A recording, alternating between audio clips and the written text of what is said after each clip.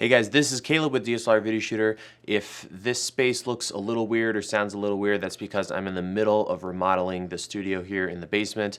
Can't wait to show you how I'm doing that, what I'm doing, how I'm acoustically treating this space, and mounting everything on the ceiling so there's nothing on the floor. It's going to be really cool, so can't wait to show you more about that. But today I want to talk about the Sony A7s II and the Sony FS5. So these are two brand new cameras, and I want to talk about things that I think are cool about them, kind of what the differences between them and their older counterparts or cameras similar to them, and then recommendations for people that should consider these cameras. So let's go ahead and start with the A7s II. So obviously this is the second camera in the A7s line. There's been one, it's incredible, it's been an amazingly popular camera.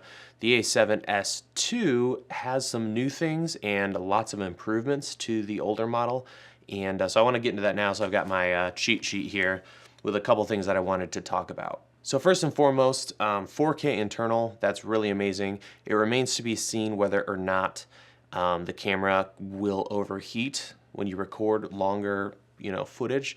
So I know some people, I know Dave Dugdale and others have had problems with their A7R2 overheating when doing internal 4K. So that's something that remains to be seen as to how that's going to perform, but it does have internal 4K, which is huge. S-Log3, and then the 5-axis stabilization, which is really, really great. Something else that's really exciting is slow motion on this camera. On the A7s, the original one, we had 120 frames per second, but it was at 720, had a bunch of binning and really nasty artifacts. The A7s II has 120 frames per second, and what's cool is it's 1080p, no binning. And supposedly there's two ways to enable slow motion or high frame rate, and that is to just turn on high frame rate, which means it's going to be a high frame rate, you're gonna have audio, it's just gonna be like a lot of other high frame rate cameras.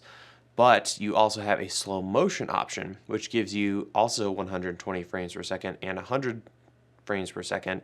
But the difference is that it will go ahead and conform in the camera. So just like the GH4 and its 96 frames per second, you're going to be able to record slow motion and it's all baked in and done. So you don't have to then take the footage and conform it in post. It's all done in camera, but you're not going to have sound, which, we don't really use sound from slow motion. Continuing down the list, it's still a 12 megapixel camera, which is good.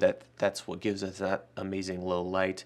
And Sony's saying that this is better at low light than the previous model. So if you thought that was good, this is supposedly going to even have better low light performance, which is kind of hard to believe because the first one was already so amazing. Another really cool thing is the base ISO or native ISO is now 1600 instead of 3200, which is great. So those of us that like to shoot at native ISOs on our cameras, this is good news because we don't have to shoot at 3200 ISO, which is really difficult to pull off when you're outdoors. And previously, if you're using S-Log, you had to use 3200 ISO because that was the lowest you could go on the camera. So now you can go down to 16.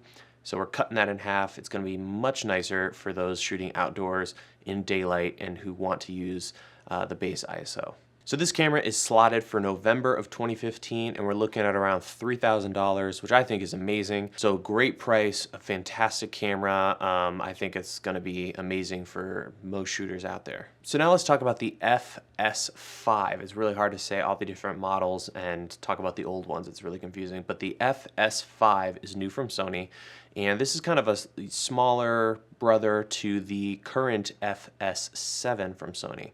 So it's a little smaller, is missing a couple features, but it still looks like an amazing camera. And the way I think of it is it's kind of like the Cinema series from Canon. So Canon has the C100, C300, C500. Now with Sony, we have the FS7 and the FS5. So great little looking camera, has a ton of features, and I love that they didn't completely strip out a lot of the features.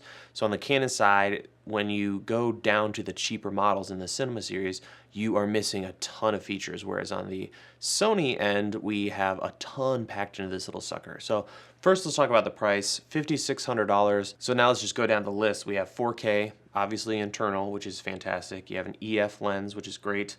Electronic ND, that's a huge one. So, once you shoot with ND in your camera, it's really hard to go back to a camera that doesn't have built-in ND. So I love that they've included that and they didn't keep that out of the camera.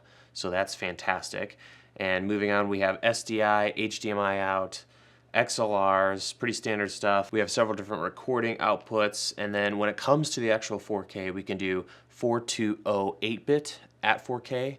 But if you want to do 422 10-bit, you can still shoot it at 1080 and you're going to get that, which is really cool. So those are two things that the C100 does not have.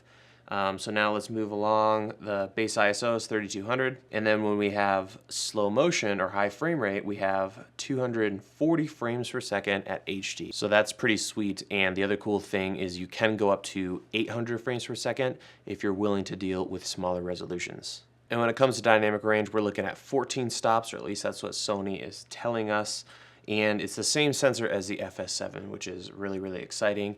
We're also being told that RAW is on the way, so that could be a potential upgrade down the road. So those are the two new cameras from Sony.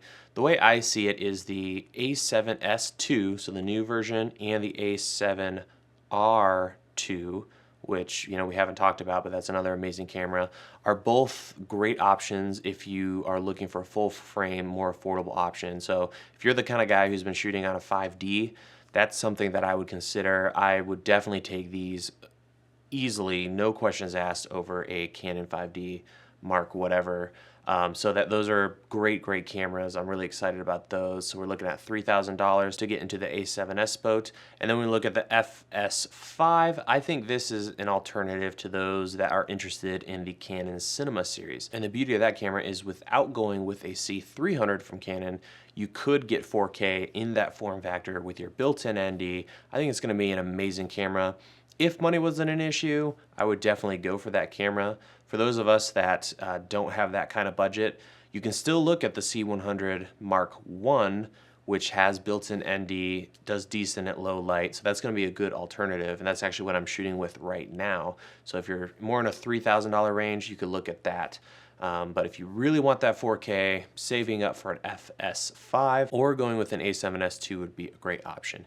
At the end of the day, just some more amazing tools, and the beauty of this is it's causing the prices for the older models and older cameras to go down, and I'm going to be doing a video about a bunch of different cameras that have had major price drops and which ones I recommend, so stay tuned for that.